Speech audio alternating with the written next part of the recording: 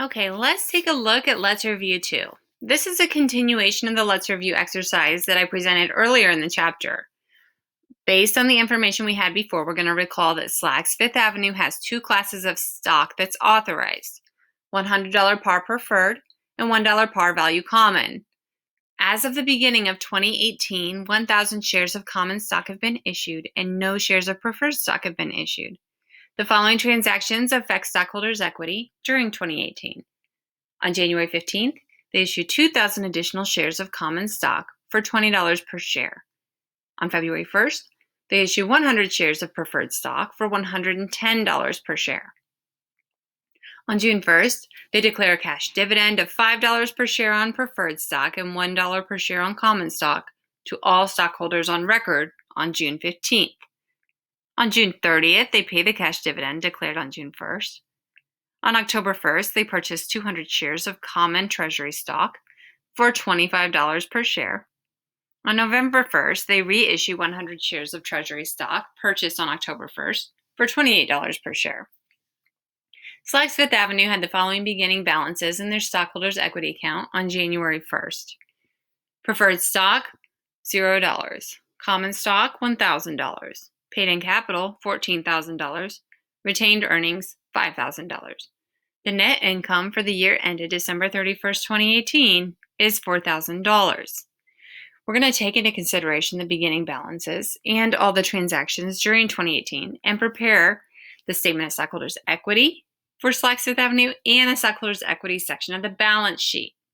You might want to screenshot this or pause it to write down the information because I'm going to kind of scroll over so we can start building that statement of stockholders' equity. So let's go ahead and build a statement of stockholders' equity. I'm going to kind of take that over just so that I have enough room to be able to write all the things that are happening. So when I'm building a statement of stockholders' equity, I'm usually putting all this information at the top, and I'm not going to center it or anything. I'm just going to put it all up here. So we've got SLAC's Fifth Avenue. Okay, and this is the statement of stockholders' equity for the year ending December 31st, 2018. Okay, next up, we're going to build some things out. Okay, over here on the left are going to be the things that are happening throughout the year. And on the right, we're going to create a bunch of columns for each of these different accounts. Okay, so we'll start here with preferred stock. Next up, we've got common stock. And we've got additional paid-in capital. We have retained earnings. We have treasury stock. And we have the total stockholders' equity.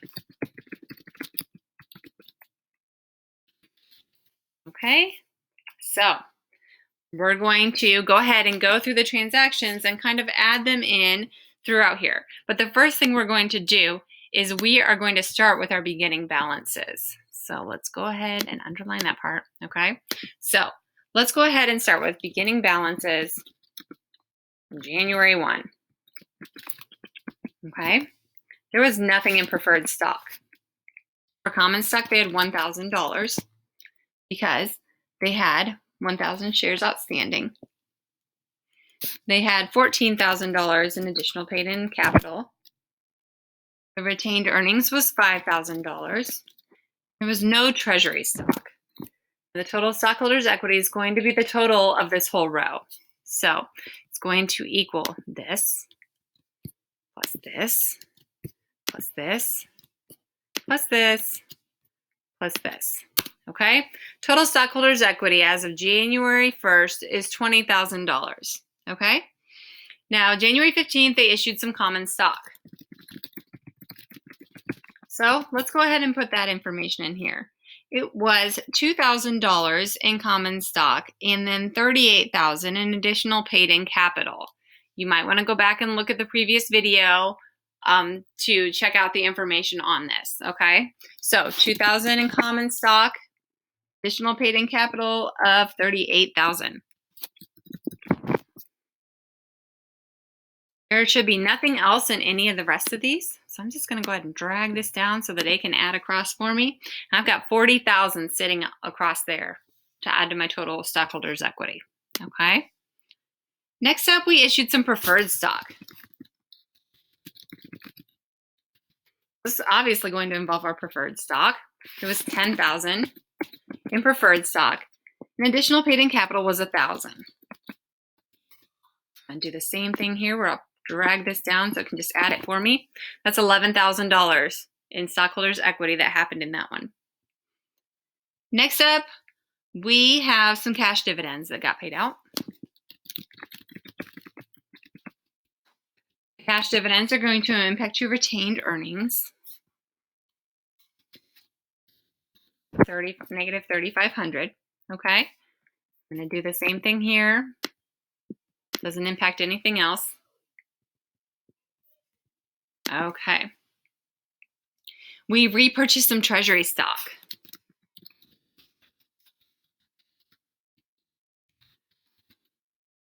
So that's going to go under your treasury stock. We repurchased treasury stock in the amount of $5,000. It's going to be a negative there. It negatively impacts our stockholders' equity. Okay. Just going to drag this down so it can add it across for me. Okay. Next up, we sell some of that treasury stock. And we resold that at an amount above what we originally paid. So we sold half that treasury stock. So that was $2,500 that went on under the treasury stock. But we also had additional paid-in capital in that situation of $300. Finally, we had a net income. The net income was $4,000. And drag this down. Okay. So that is all the information of things that happened throughout 2018. So we're going to use that information to come up with our balance as of December 31st. Okay. So what I'm going to do is each of these columns is going to be the total of what happened within that column. So I'm going to start with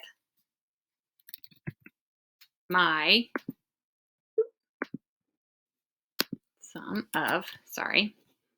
start with that all the way through here. Okay. You can add them. You can add them each up. You can, however you want to do it. This is pretty easy to me to just be able to do it like this. Okay. So under my preferred stock, the balance is 10,000. Okay. I'm going to pull this across so it can just do it all for me. I end up with common stock at 3,000, additional paid-in capital of 53,300, retained earnings of 5,500, treasury stock 2,500 and negative, and then total stockholders equity at 69,300. Here's what we're going to do here. We're going to double underline that area. We're just going to put a line under this one just so that we kind of know what we're looking at. So we're going to take these balances and we're going to put them onto that balance sheet under that partial balance sheet. Okay. So we've got this info. You might want to screenshot it really quick or write it down so that you have it, because I'm going to scoot on over and kind of put this information into the balance sheet. Okay. I'll try to hold on to as much of it as I can up here. Okay. So we've got Slacks Fifth Avenue. Okay. This is their balance sheet. And we're just doing the partial part. So I'm just putting partial so we know that's what's going on. Okay. This is on December 31st, 2018. Remember, the balance sheet is always on whatever date it happens. Okay. So let's go ahead and get into this stockholders equity section. Okay. We'll start with preferred stock. This is going to include the information on your par value. So $100 par value. Okay. My preferred stock is 10,000. I got that right up above, right up there. Okay. Boom. Next up, common stock. Common stock has a $1 par value. Common stock is 3,000. Again, just got it from the balance on that statement of stockholders' equity. Then we've got additional paid-in capital.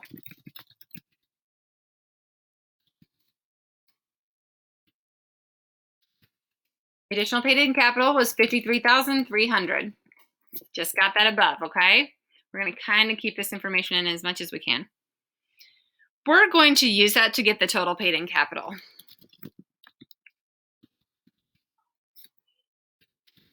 I'm going to underline this just so that you kind of get the idea that what we're doing here is we are totaling those up.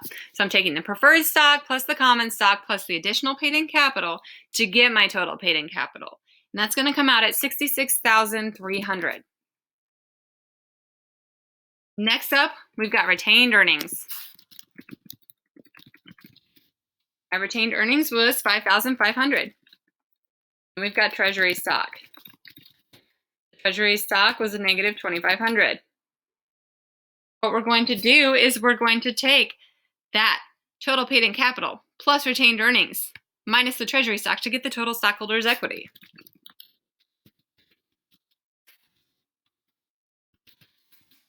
So, I'll underline that one. Okay. So, $66,300 plus, that's supposed to be $5,500. $5,500 minus $2,500 gives me total stockholders' equity of $69,300. Let's double underline that so we know we're done.